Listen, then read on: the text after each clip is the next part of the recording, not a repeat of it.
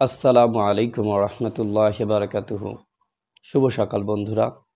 আজকে আমি আপনাদের একটি গল্প বলবো, তওবার গল্প। চলুন শোনা যাক আজকের গল্প। তওবা যাকে বদলে দিয়েছে ডাকাত থেকে সালফে। মানুষটা ছিল ডাকাত, দুর্দর্শ এক ডাকাত। গুরুত্বপূর্ণ এক বাণিজ্য পথে ছিল তার ডাকাত দলের কর্মকাণ্ড। তার ত্রাসে কাঁপত মানুষ। এতটাই কুখ্যাত ছিল তার ত্রাস। এক নারীকে সে খুব ভালোবাসত।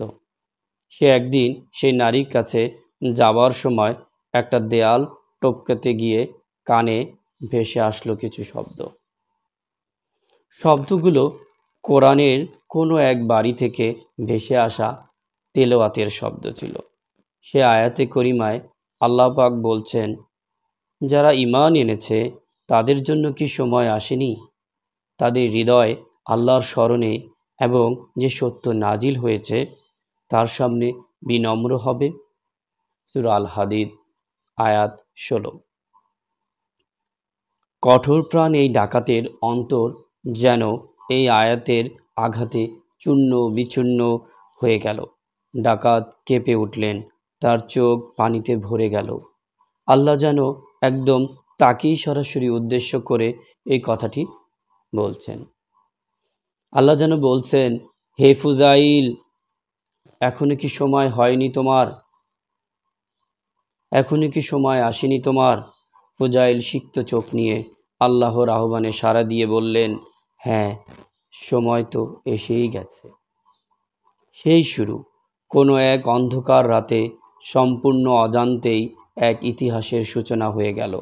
ফুজাইল তওবা করে গেলেন, এমন এক তওবা যে তওবা তাকে পৌঁছে দিল সেই সময়ের সর্বশ্রেষ্ঠ মানুষদের মর্যাদায়। ইলেম, তাকওয়া, আমল ও ইখলাসে তিনি ছাড়িয়ে যেতে লাগলেন সেই সময়কার সকল মহৎ প্রাণ মানুষকে এবং হয়ে উঠলেন সালফুস সালিহিনের একজন, যাদের আলোয় আজও আমরা পথ চলি।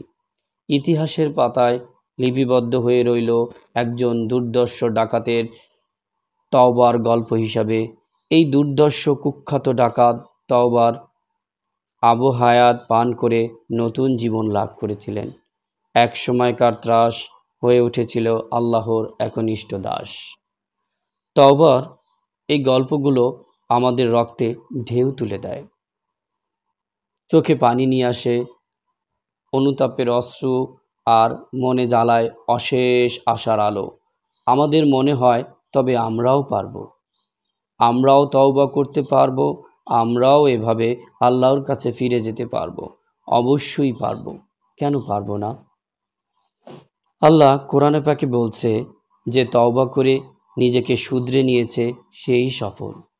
তাই আমরা আসুন সফলতার গল্প শুনি, নিজেকে সফল হওয়ার পথে এগিয়ে নিয়ে যাই। যে নিজেকে শুধরে নিয়েছে মানে যে দুনিয়াবি কাজকর্ম থেকে ফারাগ হয়ে আল্লাহর একনিষ্ঠতায় নিজেকে মগ্ন করেছে সেই সফল। ভাই, আখিরাতের সামানা যদি আপনি পৃথিবীতে নিয়ে নিতে না পারেন তাহলে আপনার জন্য দুনিয়াও হারাবেন, আখিরাতও হারাবেন। তাই আসুন তওবার রাস্তা নিয়ে তওবা করে নিজেকে শুধরে নিয়ে কোরআন সুন্নাহর আলোকে নিজেদের জীবন গড়ি।